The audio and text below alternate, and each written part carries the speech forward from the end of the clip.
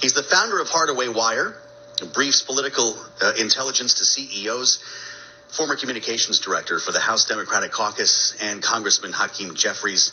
Michael, it's great to have you back. What's the first order of business? Lawmakers obviously just got back into town yesterday. They need to get this budget done before we talk about the rest, or is it on to Usika?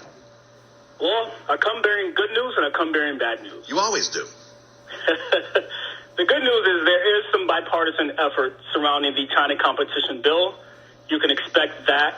That's coming to the floor this week for the House. You can expect that to move and eventually become law. That is the good news.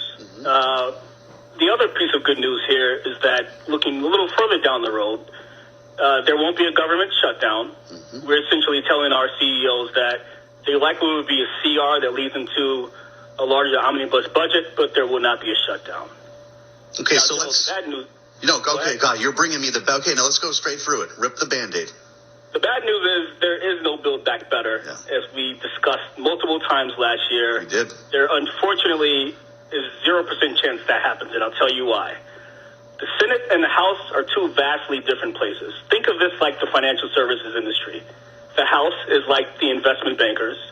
The Senate is like the private equity guys, right? And so whatever the Senate comes up with, the House will not be satisfied. They'll want significantly more involved. If the House comes up with something, the Senate will consider it to be entirely too much. And so for that particular reason, you can't square that circle, and there will be no Build Back Better. And there really, for the most part, for the balance of the year, you won't see much action.